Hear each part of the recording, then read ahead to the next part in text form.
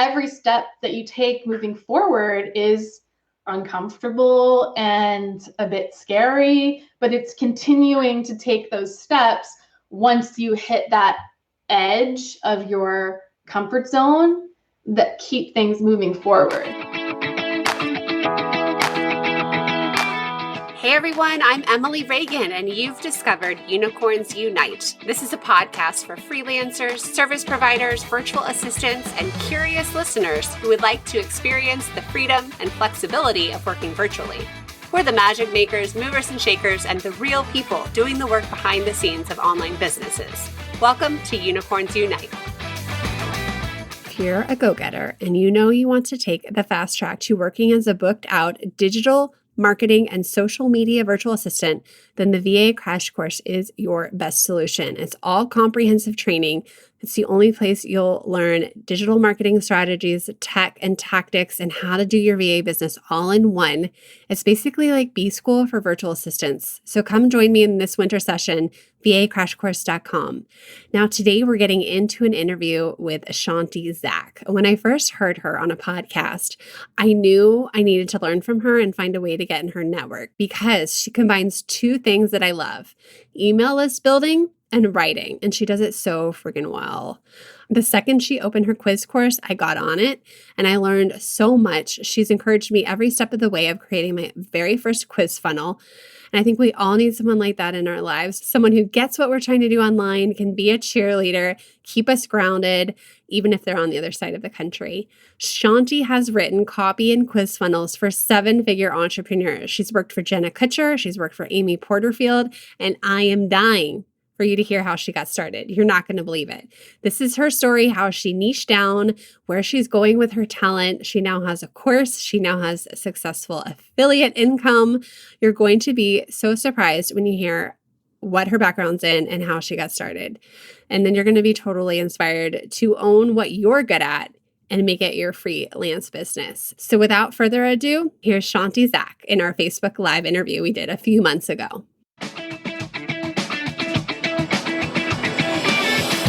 You're here. Thank you so much.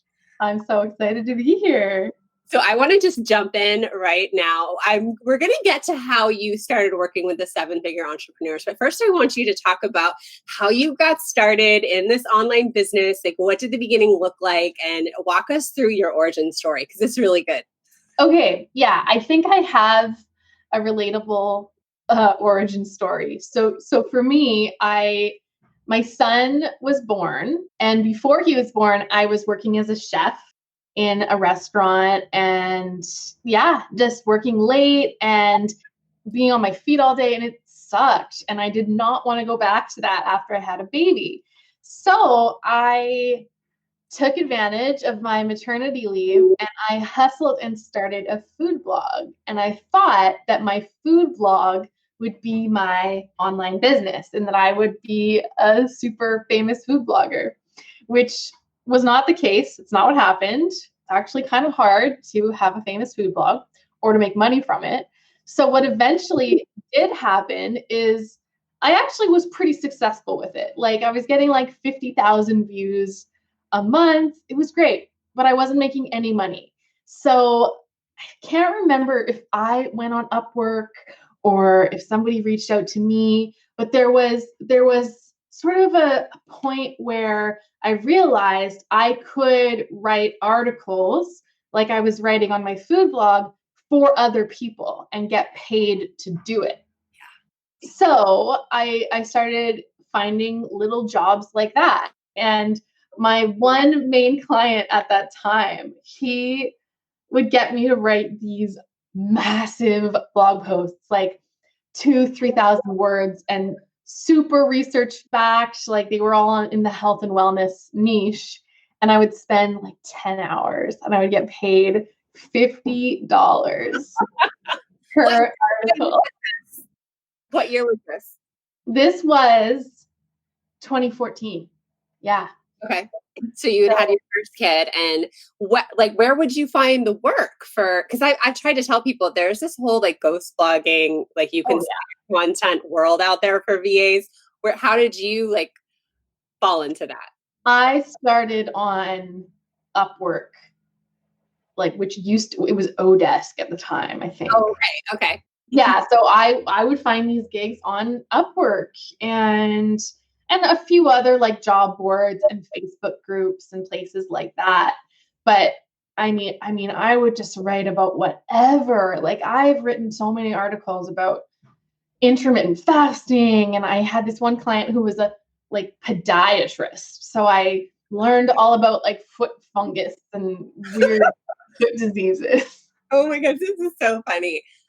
Like, this is the nature of the type of work we do. Like, we get in and we learn a little bit about everything. We find ways to rewrite it so people can understand. Like, that's what this online space can be about. So it's like such a fun story. Yeah. By 2016, it's funny because I just found this like income tracker sheet that I had from 2016, and I was looking at it and laughing because I made like $1,000, and that was from like 5 different projects, and I was so happy at that point. For the year? No, in a month. Oh, okay. So that, like, I was just elated. Yeah. Like, that to me was incredible. So you start small and just incrementally you learn and you grow and you make more money.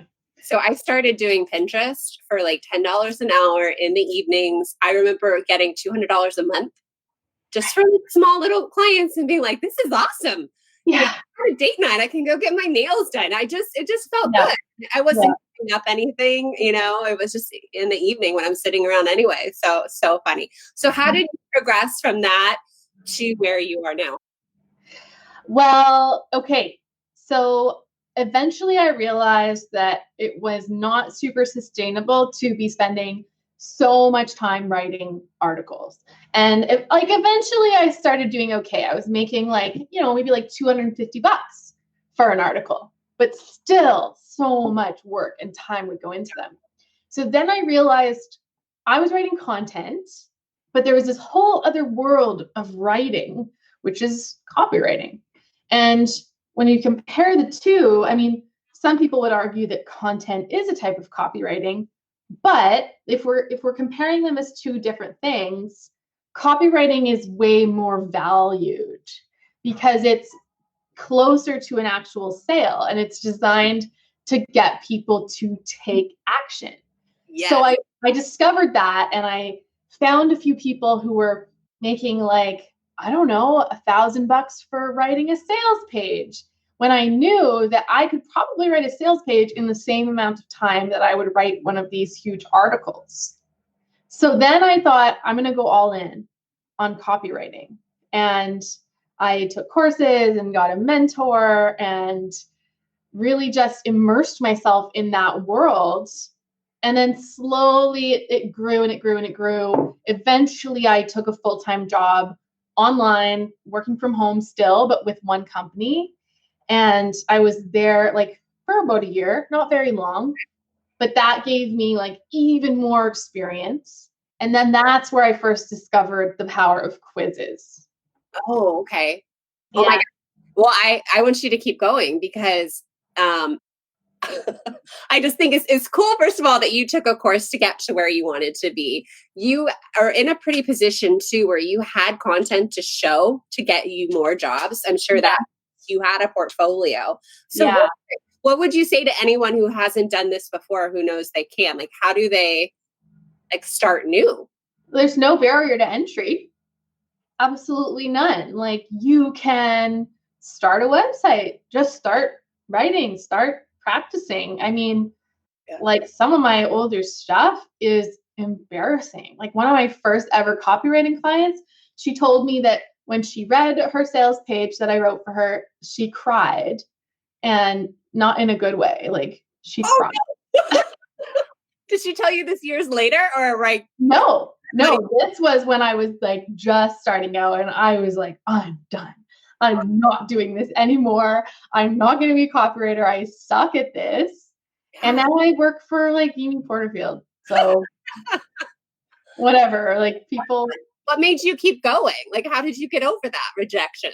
Well, so I think it was in part that my now husband, But my partner at the time, like, he was like, no, like, you cannot let this stop you. You got to keep going. You're good at it. You're talented. This is just one person. And he really pushed me to just like get over it and suck it up. And yeah, I probably would have anyways. But that's really good advice. But it's hard when you're putting yourself out there with a craft and it's something that's so subjective, really. And like you can't convince your client that what you're doing is right, but you know in your heart they either trust you or they don't. So not your client, right? And I swear to God, the more money people are paying for something, the less pushback there is. Oh yes, let's talk about that. I'm so glad you said that because I heard that somewhere in a conference. I'm like, they're so right. People have less. There's this high ticket, I don't know, what am I trying to say? Like higher level of client who trusts you to do it and doesn't have time to micromanage. Like, talk to me about that really quick. Tell everyone. Well, it's a whole other mindset. They're like, you're the expert. I'm paying you all this money to get me a result. I don't care how you get to that result. I'm trusting you. And like, if you mess it up, then well, that trust is broken and your track record is whatever. But at the same time, there's a lot more freedom there. So when I first started out with copywriting, I would just do stuff for free. And I wouldn't recommend that because eventually I started charging just a little bit, just a tiny amount. And even that made a huge difference from when I was doing it for free. Like when it was free, people were even more nitpicky. Oh my gosh. They are seeing this perception of value based on your price and they think you're not worth it and you're not good because you're so cheap or free. Yeah, exactly. So how did you get in? How did you start with Amy Porterfield and Jenna Kutcher? Like, how did you fall into the higher ticket entrepreneurs? Or what's the word I should say? That doesn't sound right. The 7-figure teams? Yeah, just like those big online businesses that are doing. For everyone out there, they contract out some specialty jobs. And so Chanti's a contractor. So she doesn't work just for Amy Porterfield, but Amy, you can explain all of that. Yeah, well, and having a specialization that like they're not going to have a full-time person on their team necessarily that has those skills. So they're going to hire it out, right? And what basically happened is I just decided to go all in on this quiz niche, which nobody else was really doing. And I had no idea if it would work. I'd been successful with this one company.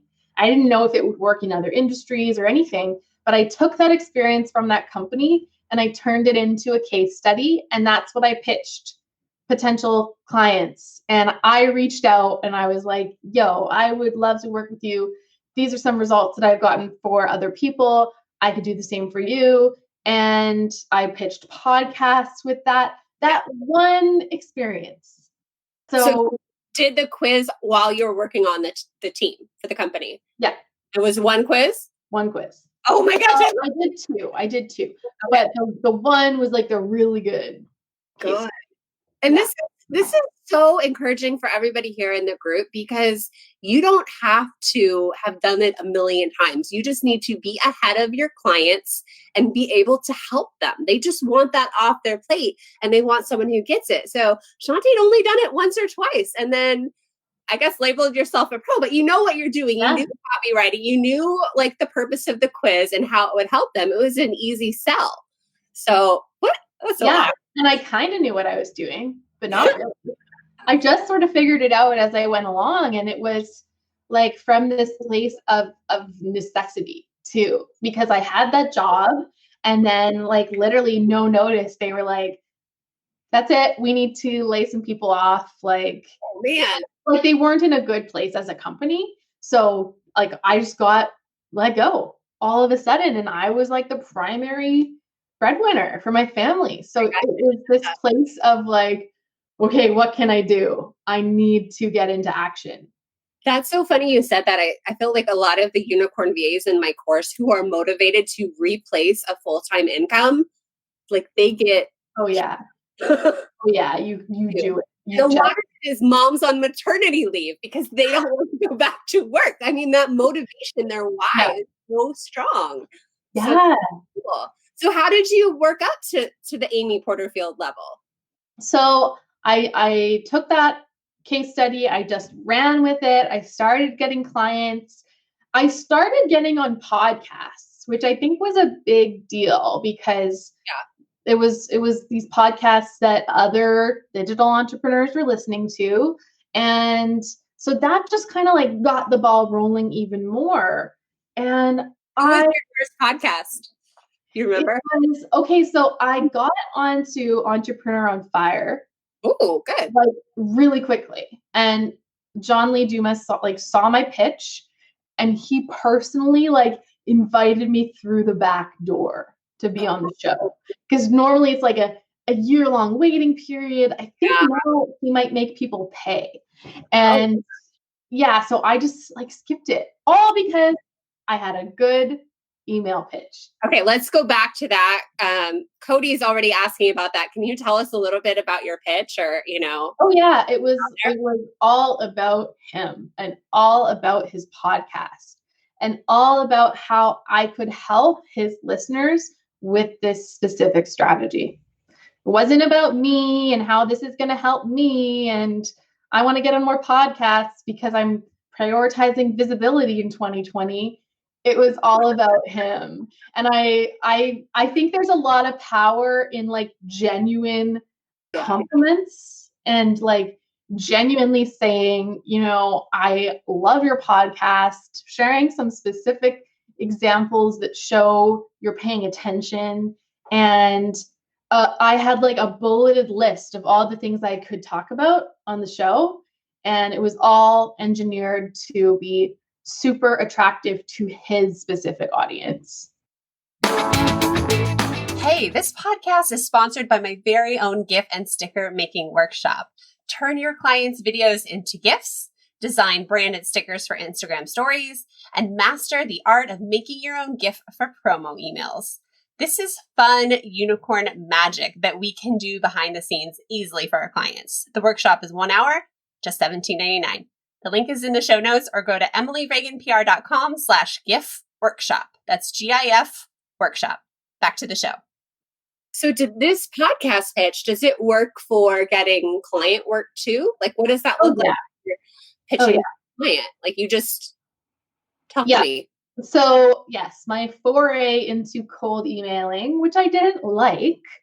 Nobody likes cold emailing. It feels weird. But if it's done well, people will respond.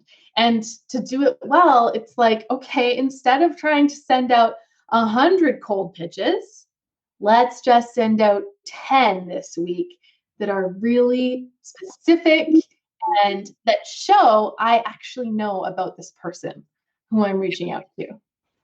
And these were all clients you had done research on or were already following? So I made a list of dream clients that I thought this specific strategy could help them.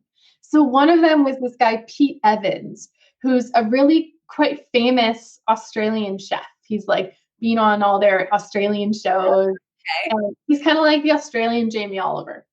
So I found his website and I realized he didn't have a single opt-in for his newsletter. Yet he's selling online courses. He's selling cookbooks. What? You don't have an email list, buddy? Come on. Get with it. So I put together this whole email and a video. Pete Evans, dude, you need to hire me for getting this together. I mean, you've got so much opportunity here. And long story short, I didn't actually work with him, but we had a back and forth conversation and he was put a proposal together. And I think really he's just a really busy celebrity dude and he doesn't actually care that much because he's already making millions of dollars. But finding those kinds of opportunities, and there were people who same story. I saw something and I thought I can help them. We can make that better. And I just sent out a helpful email. This is perfect for all of these unicorns out there because you're seeing that. Our problem is we end up kind of with the lower level business owner. So it's getting to that next level where they're going to pay more and they like understand your value more and maybe treat you a little bit better? Like, how do we find those people? Oh gosh. Well, I think it all comes down to you accept the love you think you deserve, or like a work variation of that. Yeah. Like you accept the client treatment that you think you deserve. When I was just getting started, I would let my clients walk all over me. Like they could tell me to rewrite an entire sales page and I would do it. Yeah. And now I'm like, no, I make the rules here. You're working with me and I'm going to be the leader. And as a business owner who now like hires other people, like I have VAs and a full-time employee and a social media manager, and like I have people. And what I want from them more than anything is for them to lead the way in their area of specialization. Thank you for saying that. I like try to hammer that home. I'm like, they need you to take over and do it and not wait for marching orders. I don't have time to micromanage everyone. Nope. Not interested. So the more you can show up and be like a problem solver and to see the gaps, and like the people you're working for are so close to their businesses that they don't see a lot of what you see. So if you, from an outsider's perspective, can say like, hey, I noticed that you have terrible SEO. Let me help you with that so that you get found in Google. And like, here's a list of ideas and ways that I can help you do that. Like, it can be that easy.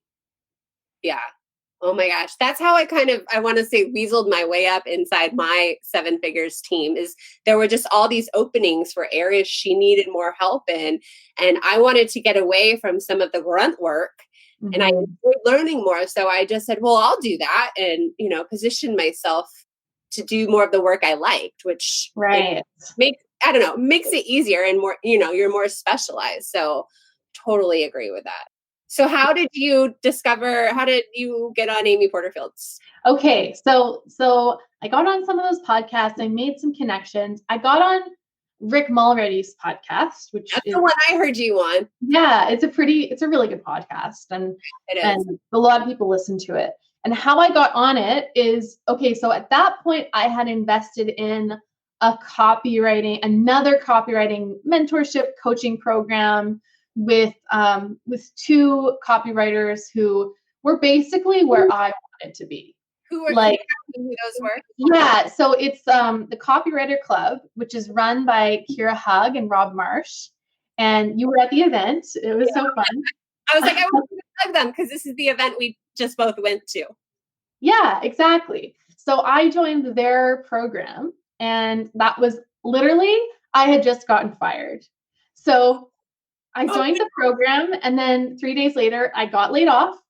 And I was like, I reached out to them and I'm like, oh my God, I don't have any money anymore. Like, do I continue with this? Should I get a refund? Like, what should I do? I didn't have any savings or anything. Like, I was just banking on that job and eventually thinking I would transition out of it over a slower period of time. So anyways, they were like, no, like, come into the program. I promise we will not let you fail. Like, we won't. And they totally went above and beyond to just help me get better, help me refine my whole brand. Kira has so many amazing connections. So she connected me to Rick. And because, okay, so here's another tip. If you know someone that knows the podcast host and you drop their name in the subject line, your odds of getting opened and read just shoot way up. Yeah. So this is like podcast pitching. I don't want to say 101, but it's like find that connection and bond over that. And if you can name drop in an authentic, genuine, non-schmoozy way, even like do it. Use your connections.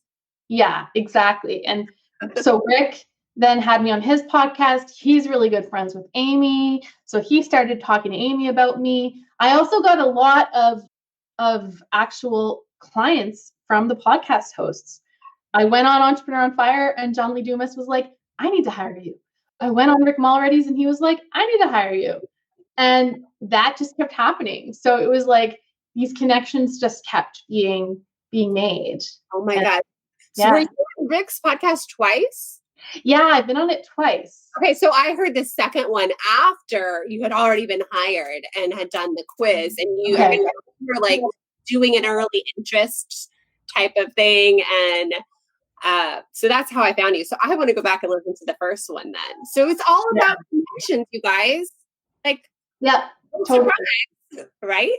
And Rick did a podcast episode recently where he talks about like how to properly pitch podcasts.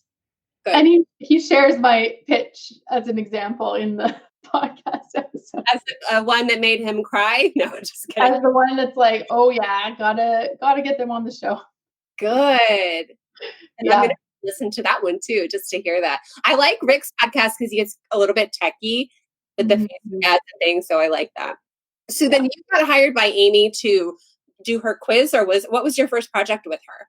Yeah, I did a quiz for her that was for anyone who was kind of on the fence about joining her Bschool affiliate partnership thing. Mm-hmm. She has all these bonuses for people who join Bschool. So it was for those people to tell them if Bschool is right for them.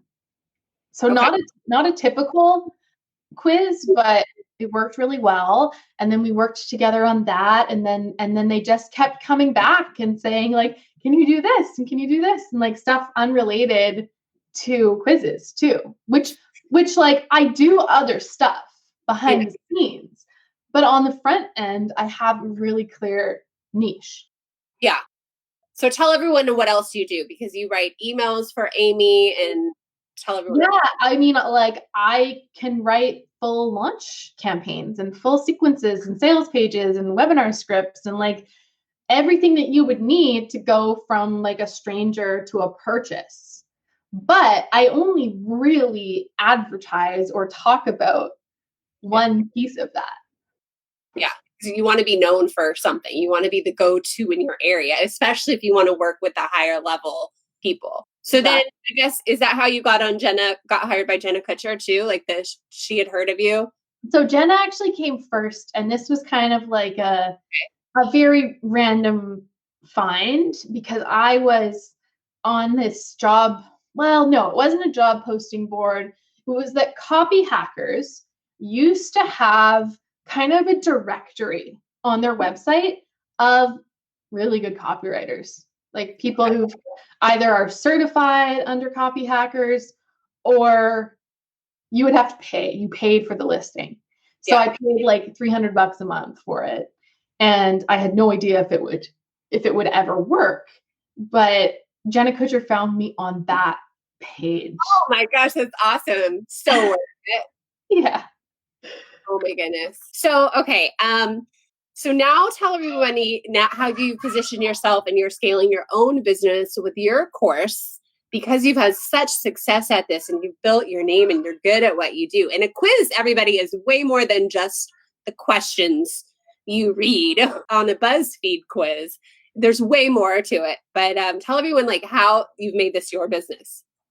Yeah, well, now it's just diversifying income streams, and like you just get to a certain point where you're like, oh, all these other people want to learn how to do this. Yeah. So I guess I'll teach them. And every step that you take moving forward is uncomfortable and a bit scary, but it's continuing to take those steps once you hit that edge of your comfort zone that keep things moving forward. So now like I have clients, but I only take one client a month. Awesome. And then I have my course and other workshops, and I just focus a lot on building my own community and loving up my people and teaching them stuff that goes beyond the parameters of just quizzes. But quizzes are what get them in the door. Yeah. Yeah. So I took her course back in the fall. She had a whole quiz course, and now you have a short version of it, right? I think. Yeah, I did. I called it the quick and dirty quiz system workshop. Is it open now or is it? It's not like, I think I'm going to make it available all the time, but I want to make a few changes to it. Okay.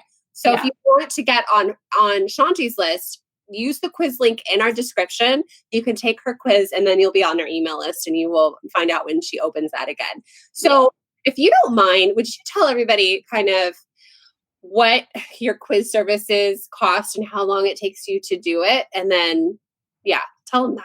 Yeah. So now I charge like upwards of $8,000 is kind of like my starting price.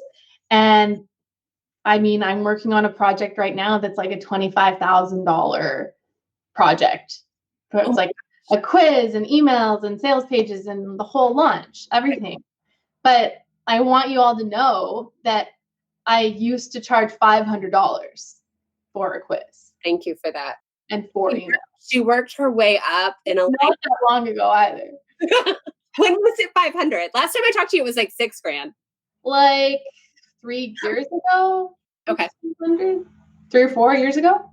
And what I loved about your course was you were encouraging everybody in there. And we had a couple students who really did want to make this part of their services because you can only help so many clients at once. And then you're, kind of working with the higher level people. There's a whole range of business owners who still want a quiz funnel built for them, who don't want to do the work. I can't pay, $8,000. And so Chanti was teaching us how to do that. So I don't know if I'm sure Linda told you, but Linda and Wendy and I are offering a quiz package. Nice. They're getting it going. They got actually asked by Interact to do a workshop. I don't know if you knew that. I saw that on the Interact calendar. Yeah, it's great. But I will help with the tech part, which is fine by me. Like I don't have a lot of time to do the research and that. I'm pretty good with the Facebook ads, but this is really a legit service that people need. Amy Porterfield right now is teaching all of her students to do quizzes, telling them about it, bragging about the quiz Chanti did, like all over the place. And there's entrepreneurs trying to do it. And some of them need help because they're totally suck. Yeah, absolutely. And there's like specializations within that niche too. Like Amy, who was in our course as well, she specializes in quizzes for e-commerce. Oh, yeah. So there's little micro niches as well. I do a lot of like B2B and personality driven stuff. There's so many. There's just a plethora of opportunity. Yeah, I think it's fun. I think it's such a good way to get emails. And I love that you've niched down in that. And anyone else here, you could do that. Now, you don't actually set up the tech, though. You're doing the writing, and then the team is setting the tech. Yeah. At a lower level, your unicorn VA is probably doing all of it. So check what that is worth too. Don't undervalue yourself with that. For sure. So, okay. Rachel says I clicked on the quiz link and it went nowhere. I might have copied the wrong link. So we'll post her stuff in here now. I know you got to go. You have another interview. Will you tell everyone where? So this morning you interviewed with copy hackers where you have some trainings right now to send people to. So send people your way right now. Yeah. Well, if you go to my Instagram, which is just at Chanti Zach, and you go to my bio, there's like a whole list in there of some recent trainings. So there's a replay from a webinar that I did with AppSumo last week. Okay. Which was really fun. And we covered a lot. And then the copy hackers tutorial, there's a link to access that as well. And if you go to chantizach.com/quiz, that's the link for the quiz. Hopefully my website's working right now. I don't know. Check on that, or who knows if I copied the wrong thing. I'm always distracted. So, but we'll get it right. We'll get it right. So I plan on everyone out there. I plan on watching these tutorials because I know Chanti knows what she's talking about, and I want to learn more. And hopefully, I can find some quiet time to do that. So I cannot thank you enough. I want to invite you back and to talk. Yeah, we should do a part 2. Yeah, I want to do maybe some copywriting tips. I have a couple girls in here, are unicorns, some men, but who are already really good writers. So I think that they would love to get in your circle and learn more from you. So thank you so much for being here. Thank you. Thanks, everyone. And just reach out if you have questions. This All is right. great. Bye. Thank you. Bye, darling.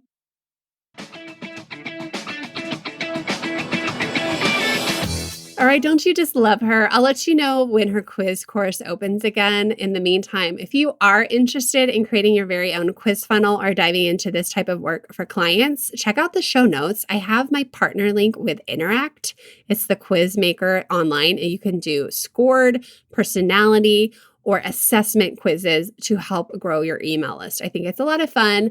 I have an affiliate link that goes with a promo code, and you can save 20% off. You can sign up for Interact for free. There's a light version. It's only like $18 a month. Totally affordable. And then you can plug in my promo code and use my link and get 20% off. So it's awesome. All right. So I think Chanti's amazing. I think it's so cool to see where people start in their freelance business. We all have humble beginnings. She's a prime example of just diving in, being dynamic, going with the flow, learning on the way, putting herself out there, charging more, then charging more, then charging more, finding her niche, and then creating her course. So I'm going to have her back on the show later to talk about her quiz funnel program and how she does quizzes and all of that, because she's just a wealth of information. I love her so much. In the next episode, we're going to piggyback off episode 33, where we talk about all of the things a freelancer should be good at if they're going to own their own business and do the contracting, service providing thing, right? So in the next episode, we're talking about the tour versus the training program. Clients expect you to already know how to do things, and they should have to give you the tour and show you the ropes. We're going to dive into this, unpack it a little bit, and I think you're going to love it. So go sign up for the crash course if you haven't done it yet. I would love to have you in this winter session, and I'll see you next week. Bye. If you're ready to learn the digital marketing and social media skills that will get you hired online, head over to vacrashcourse.com, where you can learn about my 5-week program, the Digital Media VA Crash Course. Small business owners and solopreneurs want to hire someone who gets it and who can help them implement just about everything. They're looking for a magical assistant who does it all. With my comprehensive training, you can get your foot in the door and become a unicorn. Check out vacrashcourse.com.